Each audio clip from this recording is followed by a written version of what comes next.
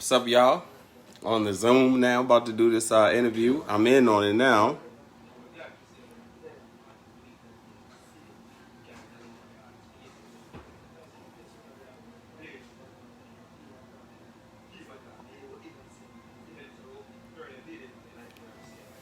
Yeah.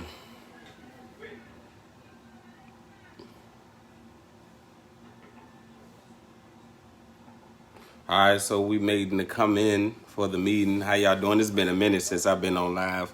What's going on, Z? How you doing? What's going on? We about to do this interview, trying to get the Zoom going on. So I got the laptop. I'm about to go ahead and hand it off to my manager. Uh-oh. Yeah. Hold on, let me, Nah.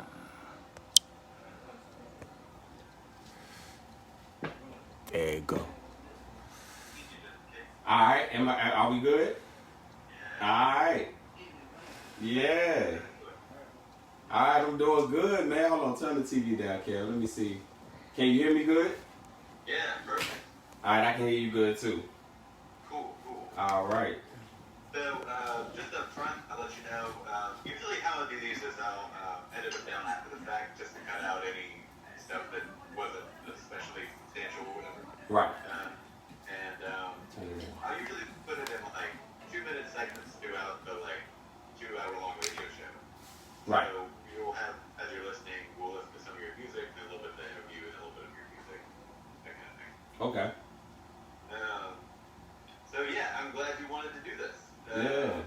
Definitely is. It's always a great thing, man, when people are willing to sit down with artists who do, R&B, soul music, neo-soul, because it's so much, a lot of people don't even talk about that subject far as it being left out in the scene in Richmond. You know what I mean? A lot of hip hop is lifted up, definitely, which is no problem. But because I'm a rapper as well, as far as what I do with soul music, and I combine it with boom bap in hip hop as well. So, but it's left out because a lot of rappers, and you need singers for a lot of your hit singles, in hip hop. And it's kind of crazy how they try to separate it, but then you need us to do certain things for when you try to proceed with hip hop and stuff like that. But I'm hip hop as well, as far as a rap artist, so I understand how important singing is to hip hop, as well. Yeah, I'd love to hear some of your rap stuff too. So far, I've only really heard your singing and R&B, soul type stuff. I combine it on certain songs and stuff like that, especially from this album that I have right now with Know Your Soul out on there. There's a couple songs that I put the rap verses on there. I'm going to do a little bit more rapping on the second album because I want to display that, going to a different talent. I actually did some acoustic guitar production myself on 3 songs on the first album. So, yeah. So I taught myself how to play the acoustic guitar. I just came up with some simple melodies and wrote some dope to it. That's pretty much sometimes all the track needs, depending on how a person writes the music, and writes and composes it. Yeah, in fact, one of the most interesting songs of yours that I've heard so far is just acoustic guitar and you singing and some background vocals. Was it Expeditious? Was it About Time? I want to say it was About Time. It was one that was on that album. Yeah, if it was About the Time, that's the one everybody loves when I'm talking about Make It Count While It Lasts. Mm-hmm. Yeah. That one was like, I've always, for writing music, tried to go like Grammy worth writing, you know what I mean? And when you talking about a subject and stuff, to not just scratch the surface, reach deep down in what you're talking about, you know what I mean? A lot of metaphors and all that type of stuff and inside of it, and related to common life or whatever. Like even when I said, wish it would move like molasses as far as time. Sometimes because, a lot of people don't recognize certain situations. You want to take it all in and you want to be able to breathe in the time that you have, but it passes by so fast, especially the great times. They always pass by fast. But whenever you're in bad times, it seems to stay long as possible, you know what I mean? So that song was kind of about not rushing time and taking in what you have, feel blessed for where you are in the moment, Yeah, so you've already brought up a lot of things that I'm really glad you mentioned because they were exactly the kind of stuff I've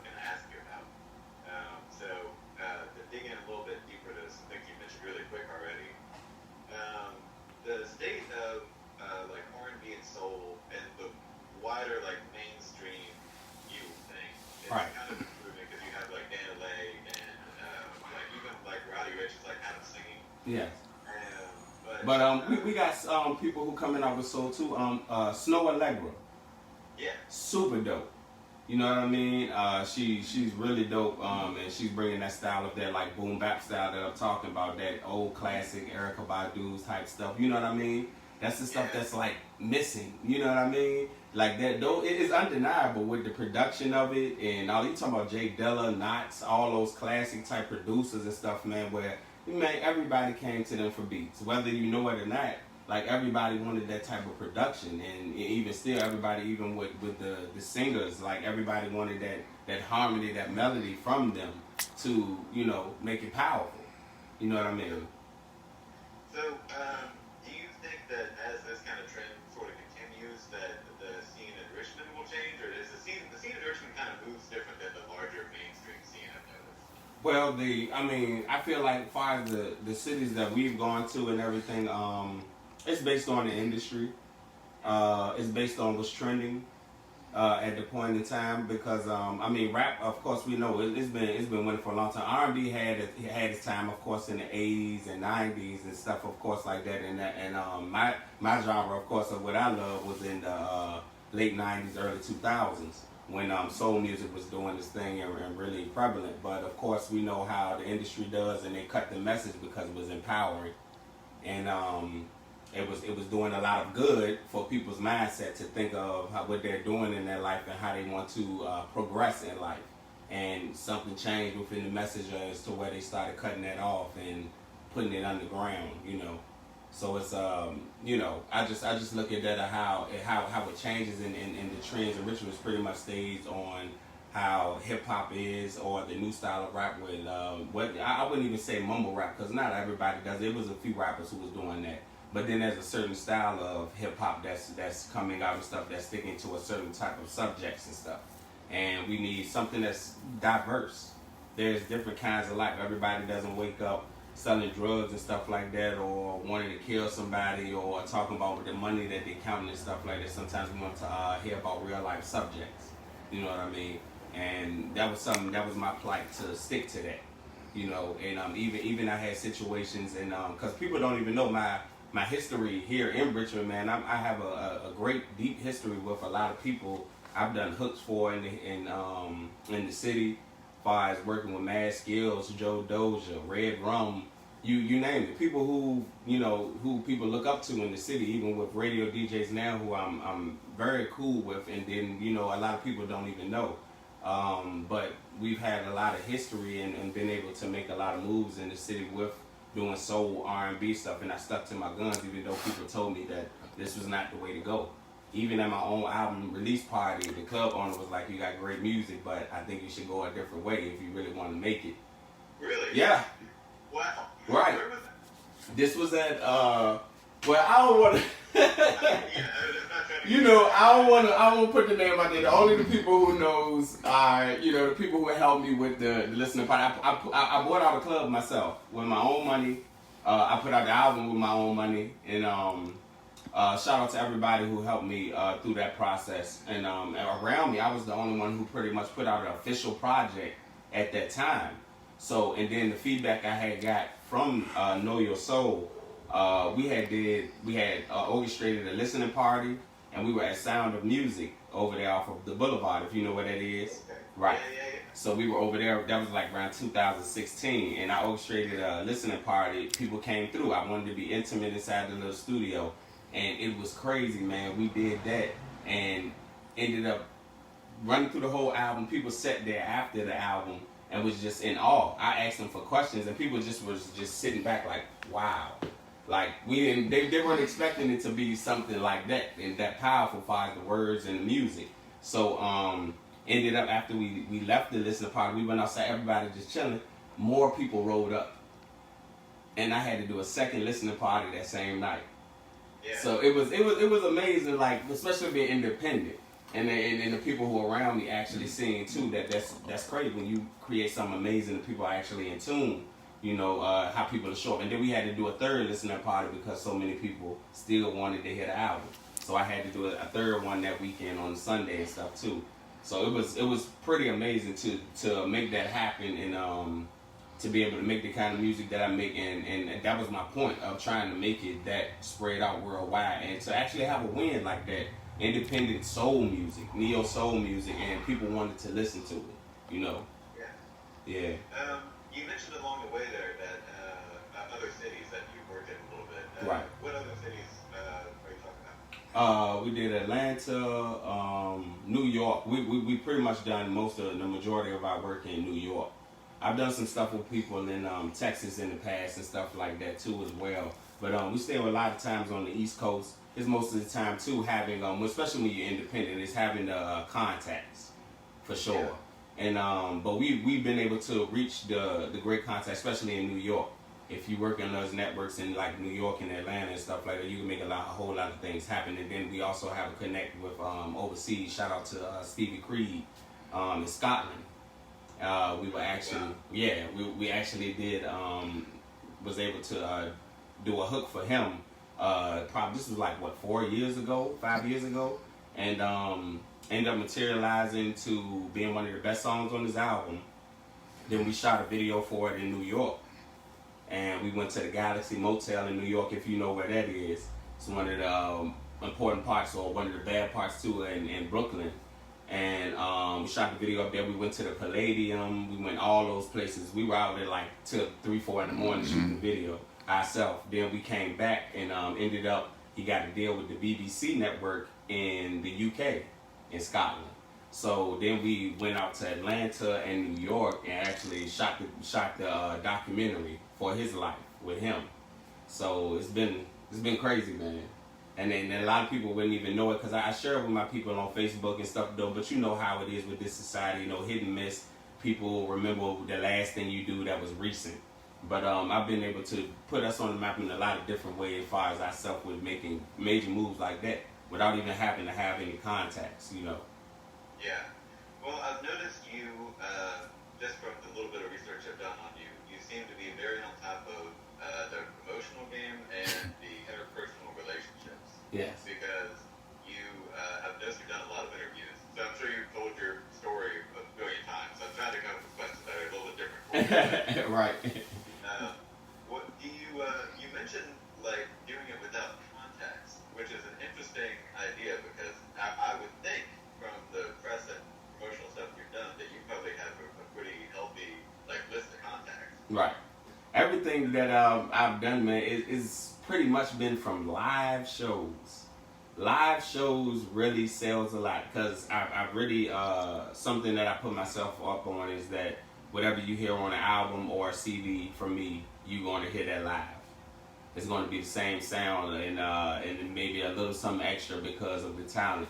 And I feel like, especially as a singer, rappers, it's different. They really don't get how hard it is for a singer and a rapper, how different that is, and what we have to do to be able to hit those notes and move notes and stuff and be prepared for that on stage every night is a whole different thing. And my preparation for those type of things and being on stage, comes from my mother and stuff. She was a minister of music too in the choir and everything. So for me, that was big, man, to be able to do that. I was a stickler for my notes. I would practice for hours, man. I wouldn't eat stuff.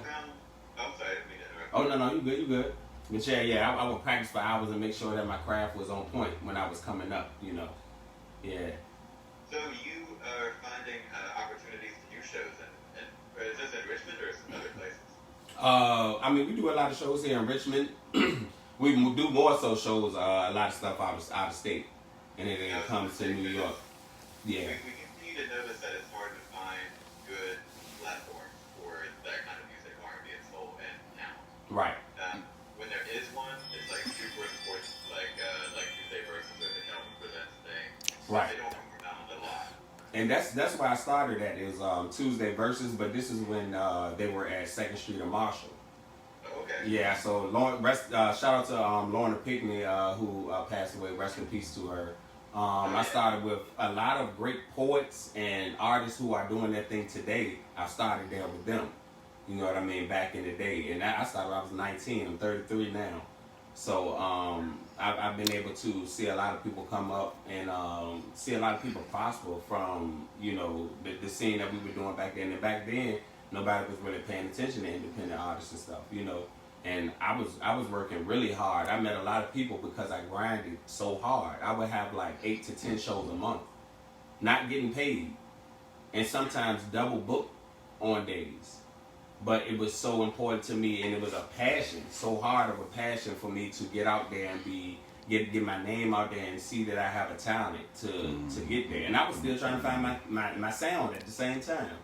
But I was still just performing cover songs and stuff like that wherever I could. And to finally find my sound, like I had told you about Clef Dollars, was when I finally found my production that I really wanted. Because Music Soul Child was my introduction into the genre that I really wanted to do. And it was I think it was I Just Want to Sing, that album. And I was just like, wow. I said, whatever this is, you know, D'Angelo too, you know, especially him being from here too, you know, from our city. Like it was incredible for me to hear Brown Sugar and stuff like that. And I was like, it just resonated with me. It was like, that's something I want to do. Oh yeah, and that's classic stuff. You mentioned too that you have another album coming at some point. Right. I have an album called Find the Message that we're trying to do right now, trying to put out. We have some little hiccups, stuff in the road that's going, especially with COVID that's going on. We wanted to, I have this song called Ode to Richmond that we did, and it's actually, of course, take it for what it is for the title of the song, but it's a theme song for pretty much Richmond, an anthem, and nobody has really done a song, but let's say people do a song, but it's not actually worth hearing. Especially when you do anthem songs and stuff like that, you really have to do something to write it well. And for it to be, you know, people to want to hear it and listen to it. Because a lot of people try to do songs for certain cities or whatever city they live in, it doesn't come out well. And we can say that. So we came up with something fantastic. My producer Dolomite, Gavin Brown, you can look him up on Facebook. It's Dolomite on Instagram. Phenomenal producer. We actually too, just a sidebar, we did the Christopher Simpson Big Owl commercial that's still running today. That was the one that 1-800-HURT-123. Yeah, that was me and Dolomite. He produced the beat and I did that. So that's the commercial. Been running for like 3 years now, man. So I know that little song. Right. Ain't that crazy? Right. A lot of people don't even know, like, you know what I'm saying, my people close to me, they know we did it, but a lot of people don't even know we did that, man. Commercials, I've written commercials for bail bonds, Johnson's bail bondings and stuff like that too. I actually did a recording for it, but he wanted somebody like his nephew who was coming up to sing it, whatever. So, I mean, I still got paid for it, but, you know. Stuff like that, you know. So I've done all kinds of type of stuff on the side with music, different avenues of it, you know. Yeah, so you mentioned a little bit about the team that's working on your new album. And you talked a little bit about how there's more rap kind of stuff on it. Is it a really different vibe than the first album? Or is it still kind of that same piano-driven, like throwbacky kind of stuff? It's still got that boom bap vibe to it. I think in this one I go more so deeper into my life. I was deep into my life on that one, but I would feel like it was more so on a universal scale of how I was coming with the content and the subject matter of the songs, because I was really universal with most of the content on there that speaks into everybody's life. But this one, I think on this album is going to be a little bit more personal, a little bit more in depth in my life. I have a song actually that is it's hard for me to even talk about now too. But I actually performed it for the first time. Shout out to Hustle Hard and Hustle Radio. Did a song called Rehabilitation, and you know, me talking about it now, that's a part of the album process too. When I had a DUI accident, this is the same year my album came out, and I was supposed to be all happy, and you know that's supposed to be the best time of your life. But at the same time, I was going through a great depression, and people didn't understand. You know, on the outside I seemed good, and I was taking care of business, but I was going through some turmoil on the inside. You know what I mean? And alcoholism pretty much and stuff like that. So I ended up writing this song called Rehabilitated that talked about, you know, everything in life from where molested as a child, me and my sister, and you know, going through those times of, you know, sending other people through trauma from me going through that, you know what I mean? Because you messed up, you hurt people type of stuff, you know. So, and then how you have to amend those situations, and through karma and stuff like that, you may get things back. So, you know, you go deep on these type of situations, especially when you speaking in your life, and a lot of people don't do that. They don't go that deep in that type of stuff. It's therapeutic for sure to go into that type of stuff. Got a song called Cold World. It's talking about when my father died, me getting kidnapped in a bad drug deal, type of stuff like that. You know what I mean? So it's a lot. Yeah. I'm really going deep. Yeah, definitely. There's an undeniable level of substance in your stuff. Right. I think about that makes me think about the fact you included Les Brown. Yes. Yes. Do you have a strong relationship to him as a figure, or was that something you just kind of found? Oh, I'm glad. Hey man, you a dope interview. You so dope. For real. Hey, look, it's so amazing. God orchestrates everything pretty much in my life. In any blessing that I got to where I'm at right now, man, been nothing but God. For real. Because so many things, like I said, for me to be able to be going this long off of soul music and singing when hip hop is the tempo of everything is just a phenomenal. But with the Les Brown, man, I was looking for something to have for intro, interlude, and the outro for the album. And I wanted to find something that was talking about the state of soul music and why it's not being looked at, and why people are shunning from it and stuff like that and don't want to hear it. Because I mean, even now, man, when you talk about people who like the type of music that's out now, the type of rap music that's out now, if you try to play something serious or anything with some thought in it, they're like, man, turn that off. Like, I don't want to hear that. Like, you know what I mean? So it's kind of crazy. But with Les Brown, that story, I was sitting in the studio. We were trying to find that with the state of soul music, and I happened to come by that. It was just, I don't know why it popped up, and Les Brown started talking, and it just was crazy of him saying, well, I forgot how it started. He said, dang.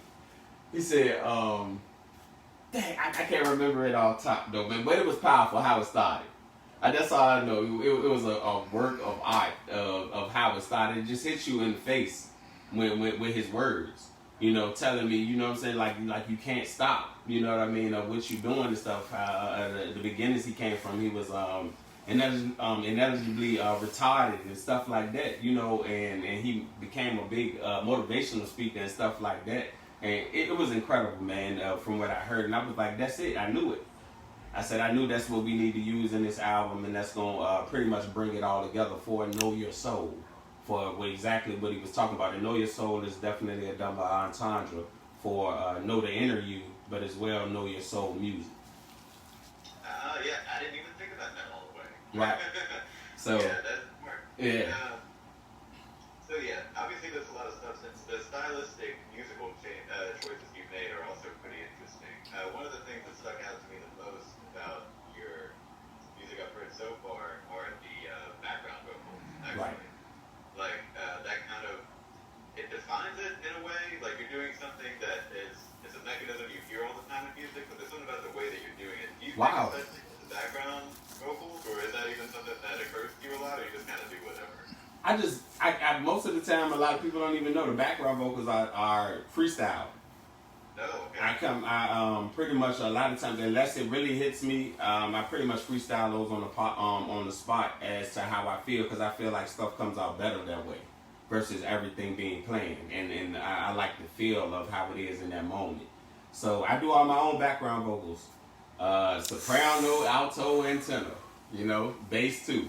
Yeah. So it gives it an interesting, like almost kind of Andre 3000 vibe, where right. you would do all of his own background vocals, right. More of your voice. and that's not the first time I heard it, especially like of my rapping style too, of that like Andre 3000 Common, that type of thing, stuff like that. It's very intricate wordplay, and you know, everything I have an ear for is in my music. I know what people want to hear, but I also stick true to what I know I want. You know what I mean? I know the type of slang or wordplay to use or the cadence to use that will catch people's ear. You know, and that's special when it comes to an artist. Definitely, definitely. Um, so, yeah, I can hear, yeah, I can definitely see where you're coming from with that. As we were talking so much about the state of soul and this kind of music, both in Richmond and otherwise, are there any specific, like, islands being built as far as, like, Calvin Presents or even things that, like, Jamil is organizing with Zay Queen? Are there any platforms specifically that you feel like when we come out of coronavirus, those are, what are you going to be looking at? What are you going to be focusing on after coronavirus as far as, like, the important things in that genre in our city? I would love to put something together as far as having something like there's always a platform that's already out called like R&B only.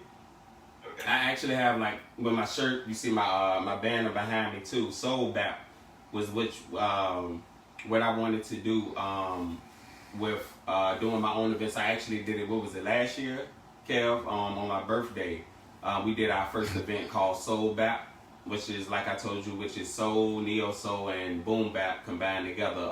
Those all that kind of genre of music, all the artists, and that type of vibe in the club. You know what I mean? Versus the hip hop and whatever we have now.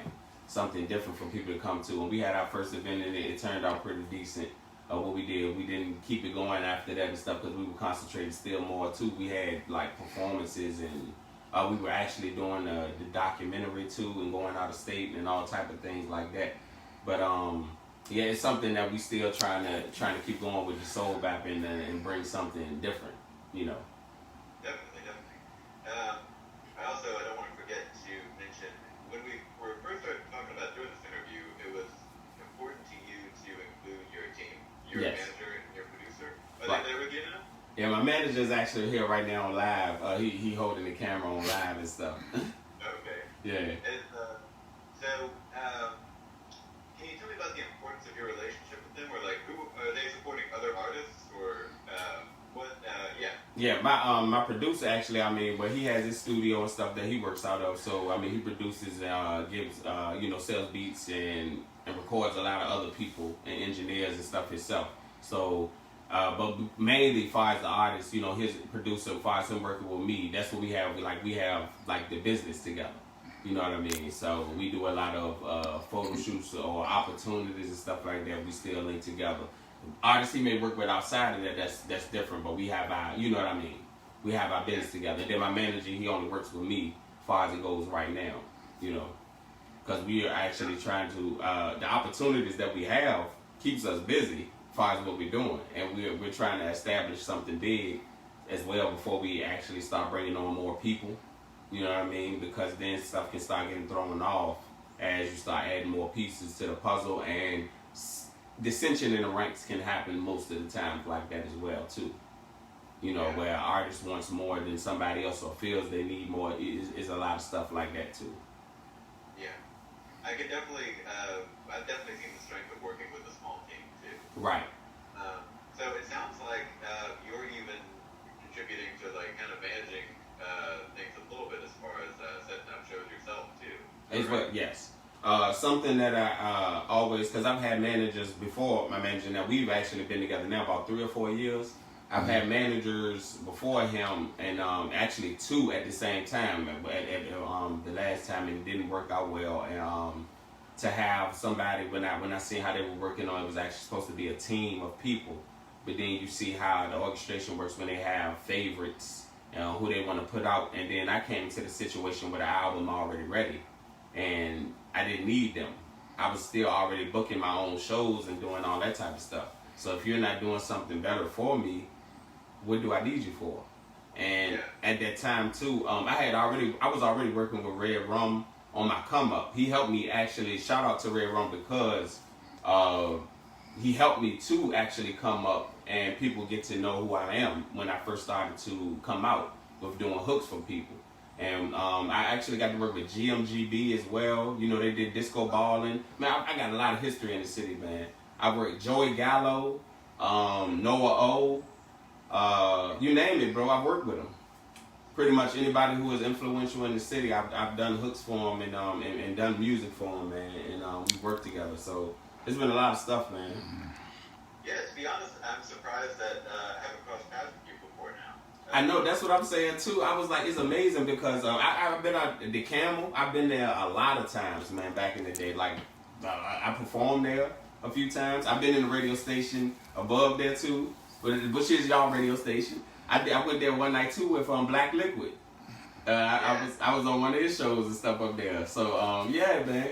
And then not only that, the actual what they call syndicated radio, Power 92, 106.5. I've been with a lot of people up there too, man, as well. So yeah, man, I've been able to do a lot of stuff. One of the strongest forces in our city, I've always said. But I've kind of gone through my interview question. I wonder if I can talk to you real quick though. So we had this is probably stuff I won't put on the radio probably, but we had like right before coronavirus happened, our little crew, we had a bunch of shows booked over the summer that we canceled obviously. Right. Some of the venues have started hitting me up again. I don't know when it's going to be safe to actually have shows again or when people are going to be able to do that. But I wonder if whenever that time comes around, if you would be you'd be open to like just helping facilitate like an R&B type of a show. Yes. Or a series. Yeah. Yes, I am definitely down, man. I would like to be involved in that, man. I'm one of those people who is like, cause like I said, I was one of those who was there in the forefront before things was even going. You know what I mean? So a lot of the people who are doing singing and stuff like that, I know them. You know what I mean? What would your kind of ideal build for that kind of show be? I love definitely live band. You know what I mean? HD band is definitely dope. They if you have you ever heard of them? HD band. That's different from High Delta. That's Is that High Delta band? No, this High Definition. Okay. Yeah. I don't know that. But it's a lead singer named Francois, who is pretty phenomenal. Then we have Andrew and Tierra. They are a couple duo who play the guitar and do the play the piano and stuff like that, who are phenomenal, man. Brendan Avery, she's a phenomenal singer. Cornelius, he always does stuff. Tayshawn, Tasha, is a lot of people, man. Zaya, of course, she's phenomenal, man. So it's a big crowd of people who can definitely make some things happen. T-Soul, I've done shows with T-Soul as well. I haven't seen him in a minute, man. We did a show with him last summer. Actually, it was the benefits for sickle cell. Was it sickle cell anemia? Well, just the sickle cell disease, period. I actually am a carrier of sickle cell trait myself, so it was something that was important for me to go out and actually do the show. But it was great to work with him. He's a phenomenal talent as well. So if we were able to do that, and I see something big as well too, as doing something like outside in the park type stuff, that scale of stuff, the big stage and stuff, spring, summertime. Oh yeah, true. It's kind of a shame about coronavirus because this would have been the perfect summer. Right. If that kind of music goes with the cookout kind of vibe so well, it just feels like nice to have like a big outdoor thing with right. that kind of music going on. I was about to set up something at one point because it had moved me. I always about social things that's going on in the world right now. Always moves me. I am a person of the people, especially of my people, and things that is going on and people that are being affected. At one point, especially with the shootings that had happened on Main Street, I remember it had happened on Main Street, and then there was I forgot the name of the building, but it was late night when the shooting happened, and like they ended up finding out it was a late night casino and shootings had happened. So I had ended up getting a little push behind me when I had went live talking about it, and I wanted to set up an event to actually in the park. I forgot which park it is downtown, and to set right there at the open place. Yeah, the open place with the fountain in front of it. Yeah. I wanted to set up a stage out there and actually do something out there downtown, and I ended up getting a lot of people started hitting me up saying they wanted to do. I wanted to have mental health people out there. I wanted to have, every kind of resource that we need, sexual education, whatever we may need in the community. and then also have performances set that off as well, and then have speakers to actually come out there as far as the community and stuff too. So I ended up getting into it. Now this is just me trying to set it up myself and getting it pushed behind me from the buzz that I'm getting from it, right? Yeah. Now I've never done something of this magnitude myself, so I don't know exactly what goes into this. Now the permits and the, you know, all that. Now that's when you know, when people start talking, I'm like, okay, all right, we can do this still, you know, okay. So, but then people start getting on board, fires, people who's supposed to be in the community, community leaders, and stuff like that, and then stuff started going a little sideways. Yeah. Well, And it is really tricky, especially using the park and stuff like that. but well, I mean, I'm not even talk about that. Like, we could have had that happen. We just talking about people who get involved who kind of seem like they want the spotlight. Yeah. Yeah. Well, I mean, we've all been there. And it started to get away from the cause. The more stuff I started talking to people and start trying to get it together, it just seemed like I started trying to be, people started trying to defeat me Yeah. and not make it happen. So I was just like, you know what, maybe it's not meant to be right now, and I just choose to do it at another time, you know. Totally. Well, before we hang up here, I want to not forget to give you a chance to plug whatever you would like to plug. If people want to find your music, where is it available? All platforms? All platforms, any way you can search, I make sure that everybody can find me easy. Everything is Garnett Boldin, GarnettBoldin. Make sure you look that up. The album is called Know Your Soul. You can look that up on YouTube. It's everywhere. Everything is under my name. I don't change it for anything. All platforms. Okay, I lied. I got one more question. So, Know Your Soul came out a few years ago. Right, like 2016. Do you feel like having promoted this same project for a few years has built more steam up behind it, or has it ever become like difficult to continue promoting the same thing? Is it a strength or a weakness that is like a few years old now? Well, I would feel like on both sides, for people who already know it is a weakness, and for myself as well, because I'm still pushing the same product that I've heard over and over. You know what I mean? So but it's still picking up, as you see, like, you know, because even you haven't heard it. It was new to you, so it's kind of crazy. And so it's still people who haven't heard it, who still want to hear that type of music. And being that I am independent, it hasn't reached all those markets that fast. So at the same time, something that people told me on to come up, because I've had great mentors who've always told me pretty much like, make sure you keep pushing your music, because it may be old to you, but you haven't reached everybody in the world. So you have to continue to push it, and you never know. And most of the time too, in the industry, what a lot of people don't know or don't fail to recognize is singles have been already out sometimes for 3 or 4 years and don't hit until then. Totally.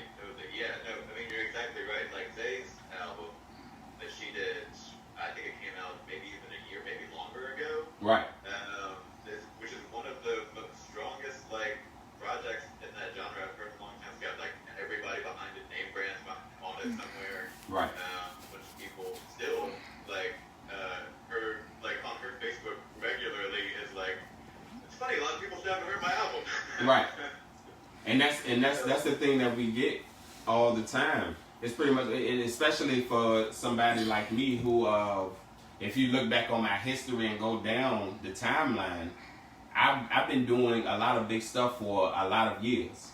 It's like never stopped. I haven't dropped off as an independent artist. A lot of people do stuff, they'll do something big and then it just drops off and you don't hear from them for a while.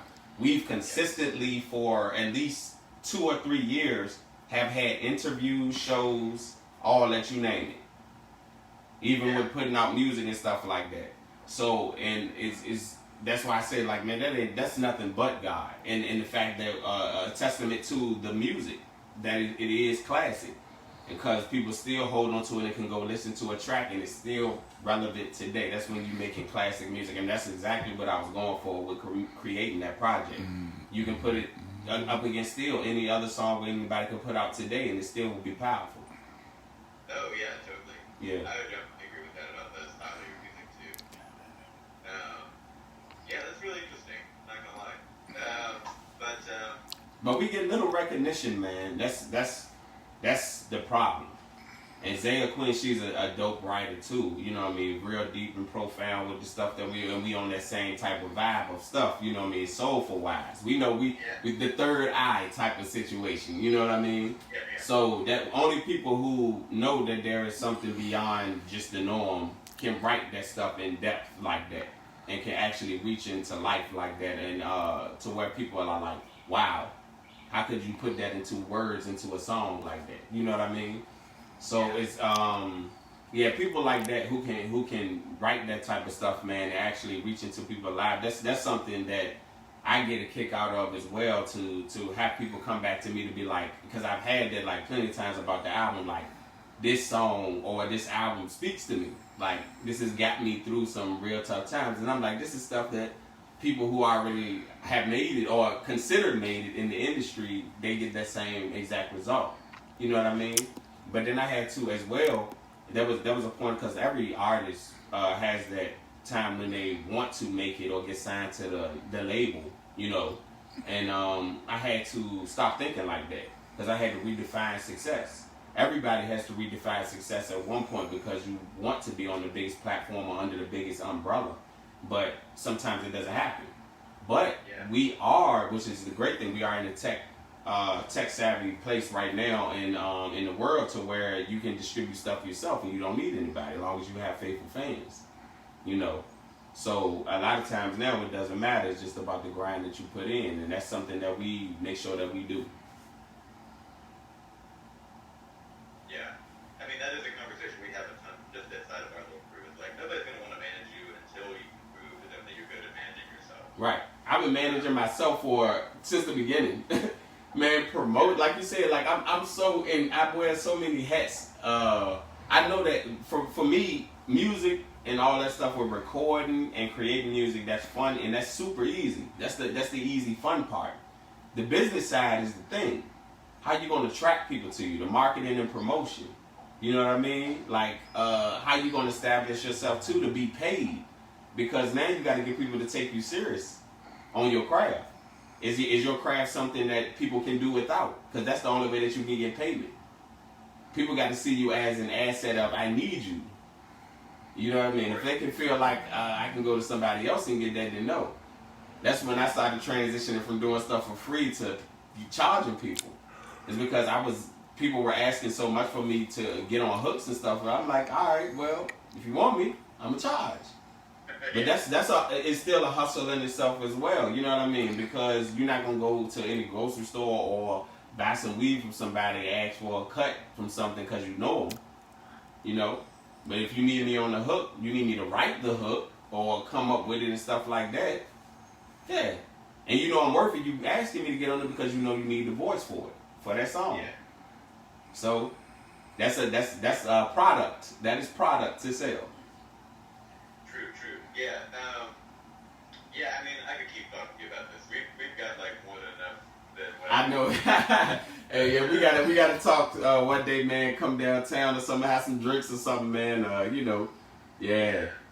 Especially as things open up again at the end of coronavirus, I really hope we'll talk more about doing a show or something together. Because I mean, these venues already are hitting us up to like reschedule the shows that we were supposed to have before. Right. We didn't even have a plan for what we were going to do with these shows. We just had a date on lock at different venues. Right. So, whenever that comes back around, we can do whatever with it. But it's still a conversation to be had in the future. Okay. I'm down with it, man. Yes, sir. Because we definitely need to get us our own thing to where we have R&B, neo soul, and soul music being looked at as well. Because there's phenomenal talent in the city who are far as singers and people who play instruments and stuff as well. And we need that light on us. We need that. I totally agree. Anyway, though, it was great talking to you. I'm really glad you wanted to do this. Yes. And I was thinking about even running this on the radio tomorrow and then again on Saturday. Okay. I'm not sure if they'll let me do that, but hey, look, sneak it in if you can do it. Hey, man, and look, what we had, this is a great combo, man. It's something that need to be heard. I think, you know what I mean? Especially from somebody from the city who actually has history. a singer in history. If you didn't know, if you know about the singer Nikki McMullen, Oh, of course. that's my first cousin. Really? Yes. That's neat. Her mom is my mom's sister. So that's, yeah, we all come from a family of music and singing and stuff like that. So pretty amazing that we both two end up on top 5 singers and stuff in the city as well. Yeah, I mean, gosh, she's amazing too. Right. Mighty Clouds of Joshua, yeah, they're an amazing band, man. Yeah. Yeah, I'm not gonna lie, I'm like not into reggae music like that, but I get that they're good. Right. I like her other stuff. She does a lot more. Right. I hate on it, but yeah, that's my thing. Oh man, yeah. But yeah, this phenomenal singer. Yes. That's the stock that we are part of. From coming from my mom and my whole family. They pretty much they had a singing group that we had to go to their rehearsals when we were young. So yeah, it was all sisters and brothers. 2 sisters, 2 brothers singing together. Like a family. Like what kind of music? Doing like Gospel. Gospel. Yeah. Okay. And like a quartet, man, and they were phenomenal. It got to the point too. They were almost signed actually too, back in the day. Huh? What was it called? It was the Motley Family or the Motley Crew. I forgot what was the exact name of them, but they didn't actually put out any music or anything. They just would go around singing and stuff, and just. I was gonna say I was gonna look them up, but yeah. Right. That. This was in like Church of God in Christ, that denomination. My grandmother was a minister of music, a state minister of music, and my mother was a state minister of music after that. She was actually the minister of music for the teen choir with St. Paul's before they went mega church. Oh. Yeah, Wow. and she ended up leaving because my uncle started his own church. So, but she would have been with them if they, because we were right there with them right before they went. Gosh. Well, anyway. Yeah, I know, man. We can talk about a whole lot of stuff. There's a lot of history, man. But I appreciate you for the interview, man. Like I said, man, it's much appreciated, man, because we need this platform for singers. And, we definitely going to get this thing together with the show we're doing for singers. We need that in the city. We need that. Yeah, I'll hit you more about that in the future. But yeah, right now, thanks so much for doing this. It's great to have you on. Yes, sir.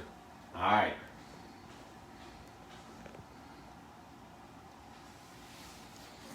All right, y'all. Hey. Okay. What the hell you done did to the bottom of this jump? No, man, I can't even see how to flip it around. What the hell? Kevin, what the hell you touch, man? Oh, there you go. All right. What's going on, people? Hey. What's going on, people, man? It's been phenomenal, yo. We just did the interview.